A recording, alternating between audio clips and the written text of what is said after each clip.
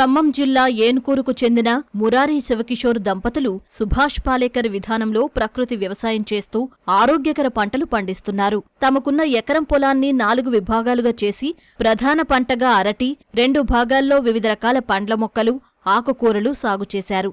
వ్యవసాయం కోసం 2 ఆవులను పెంచుతూ వాటి మూత్రం, పేడతో కషాయాలు తయారు చేసి పిచికారీ చేస్తున్నారు. ప్రధానంగా అరటిని సాగు చేస్తూ రోజువారీ ఆదాయాన్ని ఆర్జిస్తున్నారు. ఇందుకోసం ఎకరాకు దాదాపు 800 మొక్కలను దపదపాలుగా నాటుకుని గెలలు ఒకేసారి కాకుండా దపాల వారీగా వచ్చేలా ప్రణాళిక రూపొందించుకున్నారు.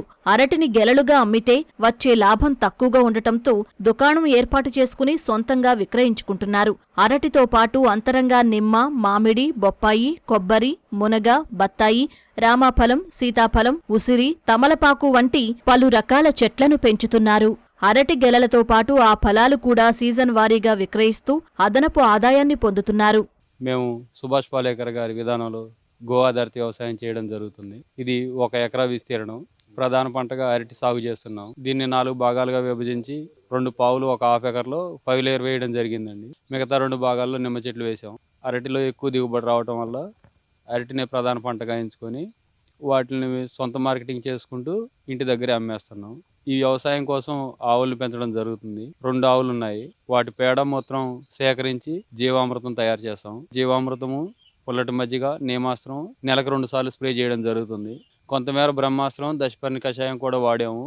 గల ఓవరాల్గా ఎక్కువ మొత్తంలో సేల్ చేస్తే 200-250 వరకే వస్తున్నాయి. అలా కాకుండా మన సొంత మార్కెటింగ్ చేసుకోవడం వల్ల 500 నుండి 600 లాభం వస్తుంది. సుమారుగా అప్రాక్సిమేట్గా 800 చెట్లు వేయడం జరిగింది. ఓవరాల్గా మాత్రం 3.5 నుండి 4 లక్షలు 1 ఎకరానికి వస్తాయి. ఇందులో ఒక 2 పెట్టుబడి పోయినా 2 లక్షలు మిగులుతాయి. ఇది జీరో బడ్జెట్ అయితే ఎటువంటి పరిస్థితిలో కాదు. జీరో బడ్జెట్ ఎప్పుడయ్యా అంటే మనం సాగు చేస్తూ ఎదరికి వెళ్తున్న కొద్దీ ఆశించినంత మేర దిగుబడి వచ్చిన తర్వాత మన ఖర్చులు పోగా అప్పుడు జీరో బడ్జెట్ అయింది. ప్రస్తుతానికి మాత్రం ఖర్చులు ఎక్కువే ఉంటాయి.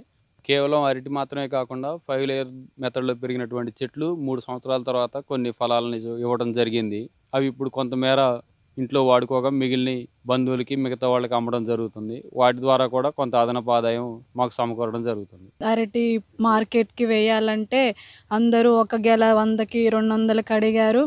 మాకు ఏం చేయాలో అర్థం కాక మేమే మళ్ళీ షాప్ లాగా ఇంటి దగ్గరే పెట్టుకొని రోజుకి ఒక 3-4 అట్లా అమ్ముకోవడం జరిగింది.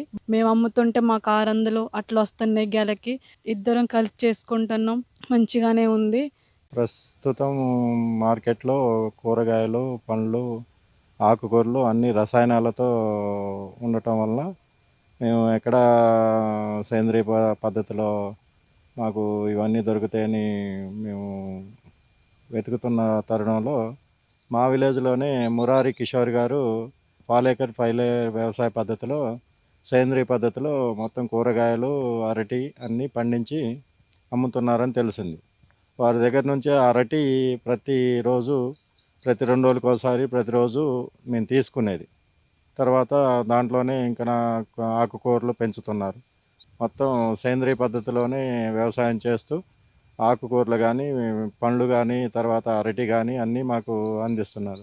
సేంద్రియ విధానంలో పండించిన పంటలకు మార్కెట్లో డిమాండ్ పెరుగుతూ ఉండటంతో మరో 4 ఎకరాల్లో సాగుకు సన్నాహాలు చేస్తున్నట్లు రైతు చెబుతున్నాడు.